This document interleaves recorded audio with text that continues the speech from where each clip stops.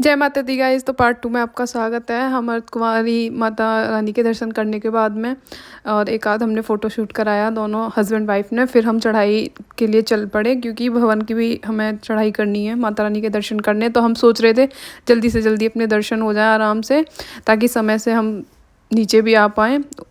तो हम ये डंडा देख रहे होंगे आप मेरे हस्बैंड के हाथ में। तो ये 4 लड़के थे यूपी से, हमारे यहीं से यूपी से आए थे।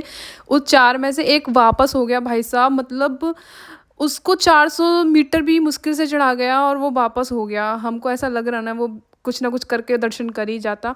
तो तभी हम चढ़ाई कर रहे थे तो माता रानी का हमें भवन दिख गया और एकदम दिल खुश हो गया। अब यहाँ पे जो है आप जब भवन की मतलब देखने के बाद में जब माता रानी के दरबार में एक ऐसा रोड आ जाएगा जहाँ पे ऐसा लगेगा, ऐसा हो जाएगा कि हाँ आप दर्शन करने स्टार्ट हो जाएंगे यहाँ से।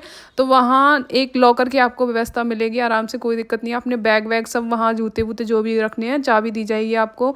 वहाँ पे ऐसे होते हैं गेट नंबर 3 गेट नंबर 4 ऐसे होते हैं वहाँ पे। तो लॉकर वॉकर की सब व्यवस्था आपको मिलेगी वहाँ पे। तो अपने फ़ोन वोन सब वहीं जमा हो जाएंगे।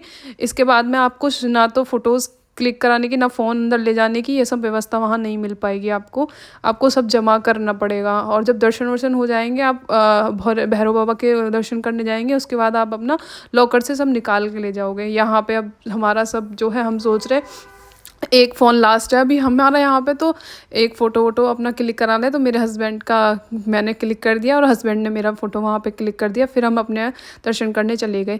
फिर भैरव बाबा की दर्शन करने थे, 2 किलोमीटर थे, लेकिन हमने सुबह से कुछ नहीं खाया था। तो मैंने सोचा पहले कुछ खा लें, पैदल तो चलना ही है।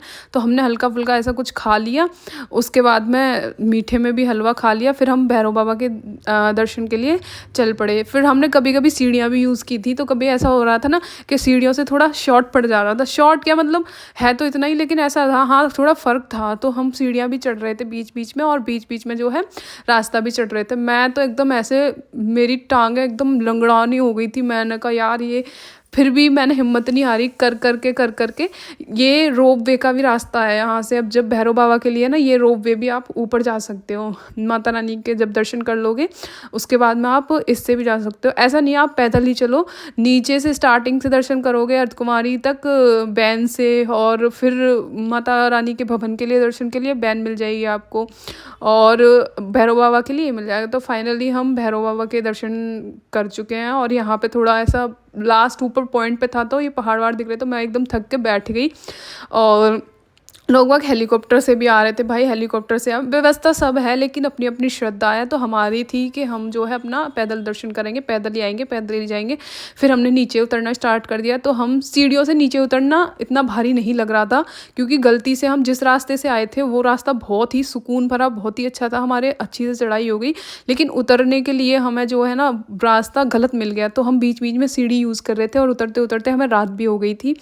और उसके बाद में बीच बीच में मार्केट भी पड़ रहा था, क्योंकि वो रास्ता जो उतरने वाला था ऐसा था ना, हमारे पंजों पे बहुत जोर पड़ रहा था, क्योंकि वो लगातार ऐसा था ढलान वाला, नीचे चल दिए। तो फाइनली हम रात को 8-9 बजे तक अपने कमरे पे आ गए थे। 8 बजे हमने शुरू करी थी चढ़ाई और 8-9 बजे तक हमारा चढ़ाई खत्म हो गई थी।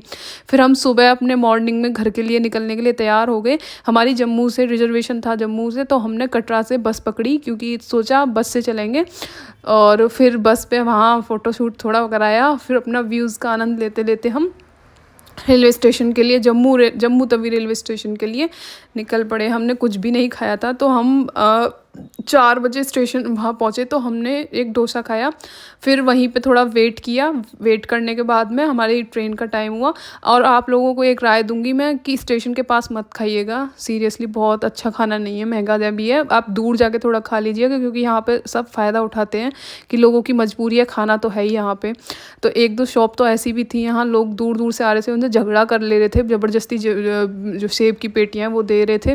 फिर फाइनली हम अपने सुबह घर आ गए। घर आने के बाद में मेरा सबसे पहला काम यही रहता है, अपने सारे जितने भी कपड़े थे वो धुल दिए। फिर मैं कल की तैयारी करने लगी। कल बहुत खास दिन है मेरे लिए, तो वो आपको कल ही पता चलेगा। आज के लिए इतना ही काफ़ी है। Bye bye, take care.